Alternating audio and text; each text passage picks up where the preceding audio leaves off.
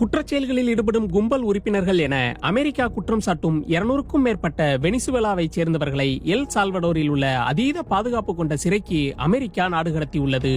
El Salvador அதிபர் Nayib புகேலே Venezuela குழுவான trendy அரபாவின் 238 உறுப்பினர்கள் மற்றும் சர்வதேச MS-13 குழுவின் 23 உறுப்பினர்கள் ஞாயிற்றுக்கிழமை எல் சால்வடோர் வந்தடைந்ததாக கூறியுள்ளார். நாடு கடத்தப்பட்டவர்களின் விவரங்கள் அல்லது அவர்கள் இழைத்த குற்றம் தொடர்பான விவரங்கள் எதையும் அமெரிக்காவோ எல் சால்வடோரோ இதுவரை வெளியிடவில்லை. நாடு கடத்தப்பட்டவர்களின் கைகால்களில் விலங்கிட்டு அழைத்து வரப்படுவதை காணொலிகளில் பார்க்க முடிகிறது.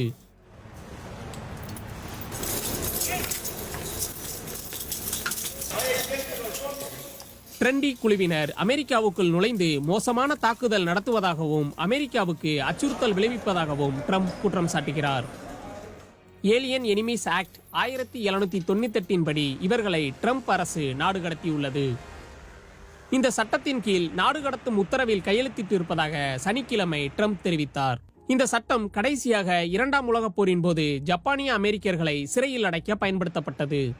சனிக்கிழமை மாலை வாஷிங்டன் டிசியில் உள்ள மாவட்ட நீதிபதி இந்த நாடு கடத்தல் நடவடிக்கையை 14 நாட்கள் நிறுத்தி வைக்க உத்தரவிட்டார்.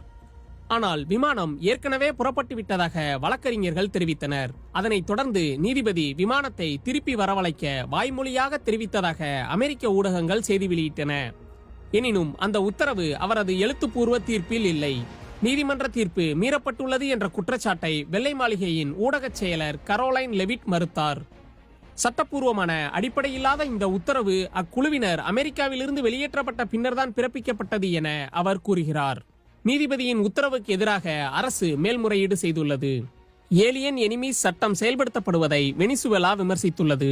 இந்த சட்டம் குடியேறிய வெனிசுவேலாவினரை அநியாயமாக குற்றத்துக்கு உள்ளாக்குகிறது என்றும் மனிதகுல வரலாற்றின் அடிமைத்தனம் முதல் நாஜி வதை முகாம்களின் திகில் வரை இருண்ட அத்தியாயங்களை நினைவுக்கு கொண்டு வருகிறது என்றும் வெனிசுவேலா கூறியுள்ளது.